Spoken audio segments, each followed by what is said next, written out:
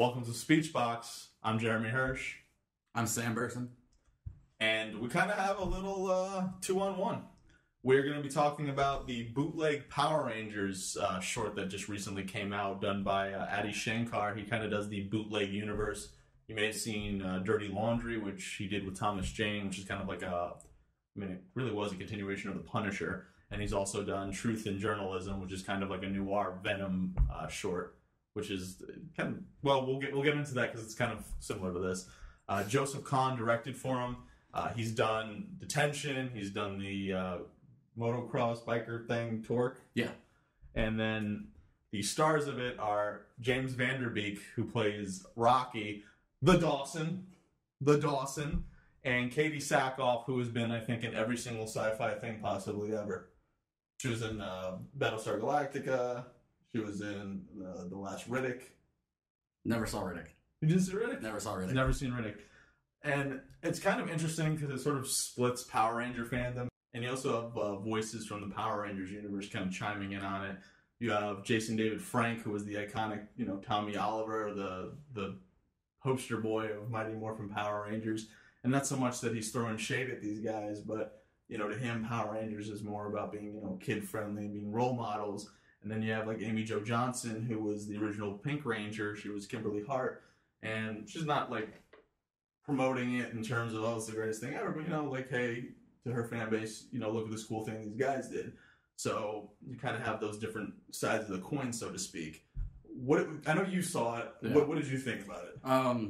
I thought it was really interesting. I remember reading through the comment sections, and everybody was really divided. You had the diehard Power Ranger fans, which I wasn't aware were still a thing. Oh my goodness. That thought it was some abomination. And then there was the flip side of the coin of the people that actually read the press release that came with the video that was like, don't take this seriously. It's just, our kind of gritty reboot, because every reboot these days has to be dark and dirty and people have to die and there have to be explosions. Well, like Adi Shankar, the producer, I watched his sort of explanation what he wanted.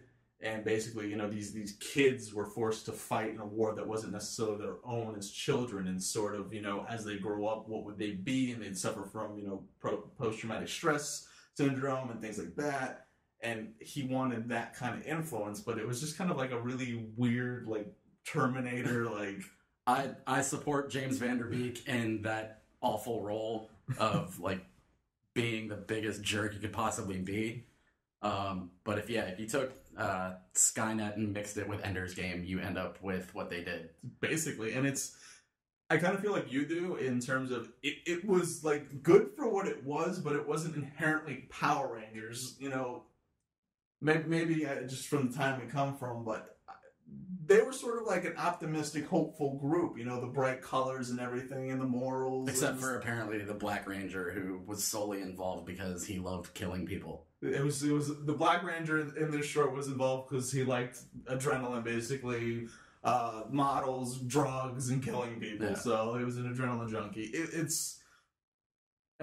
was a thing to behold, and I do think, like, James Van Der Beek and Katie Sackhoff and everybody else involved, did a good job, but it's just, there's no, like, Zords, and there's no real morphing sequences or anything. I was really confused at the beginning, and it took me until the end of the video to realize the opening scene with the robots fighting in the back that those were actually supposed to be the Zords. Yeah, I did pick that up, but it wasn't like, when they all came together on, like, Voltron-esque sequences, combining for the Zords to form, there wasn't really, like, anything like that.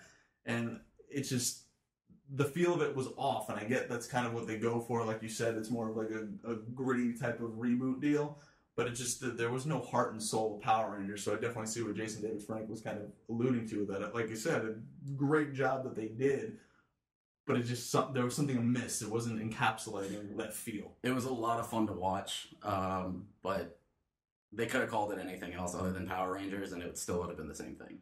And if you want Power Rangers for adults, Pacific Rim exists, so... Yeah. That's basically that, but Sam, thanks for kind of spitballing and cross-firing with me on this.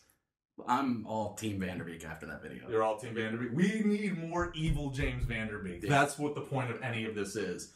Dawson's Creek was 20 years ago. It's time to reinvent yourself. You heard it here first, James. He's trying. The nice part about this is this also kind of segues into the fact that at the VA Comic-Con, we interviewed Michael Copon, who was the Blue Ranger in Power Rangers Time Force. And so that's honestly one of my favorite interviews that we've done so far, so definitely can enjoy that.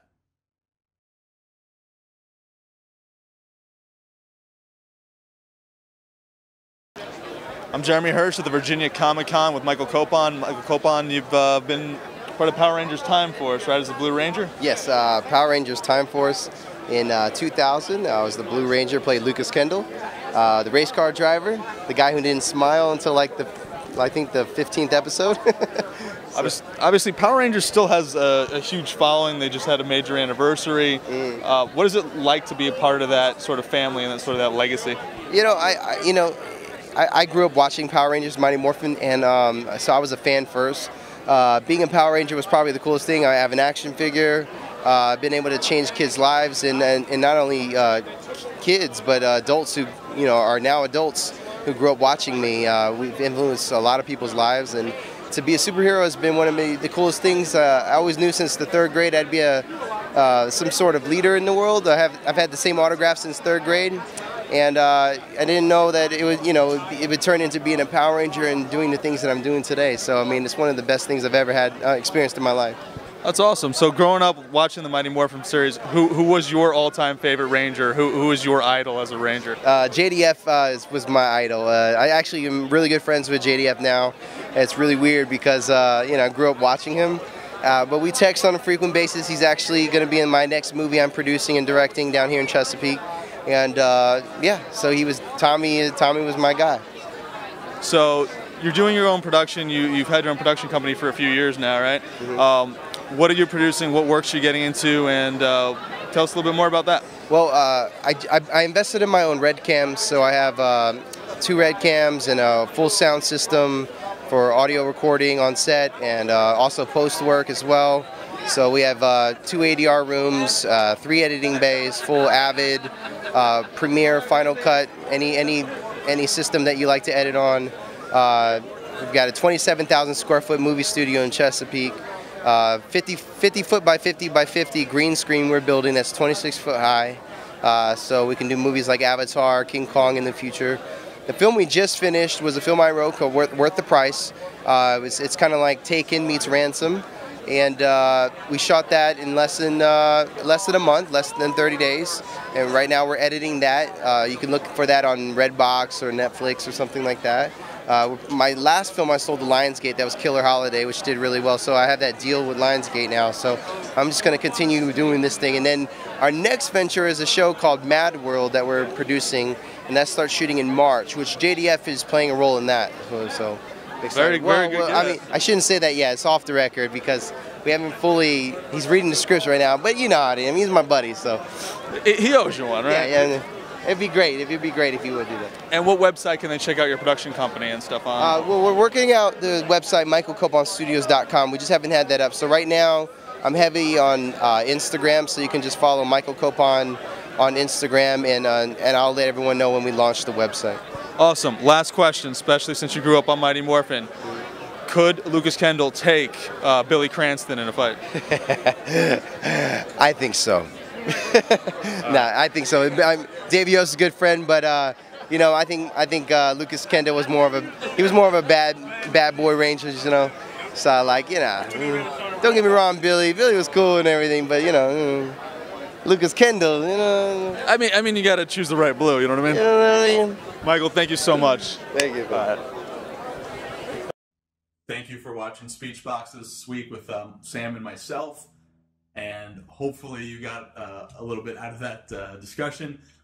Be sure to leave comments below here on our YouTube channel and subscribe. Make sure you like us on Facebook.com/Speechbox42, and that you follow me on Twitter on @TheJHirsch42. And like I said, drop us in the comments what you feel about this episode, previous episodes, anything that you want to see in the future, any comments you had on Power Rangers, if you grew up with them, or what you want to see when they make the actual movie. And just keep giving us feedback and always be a fan. Thank you.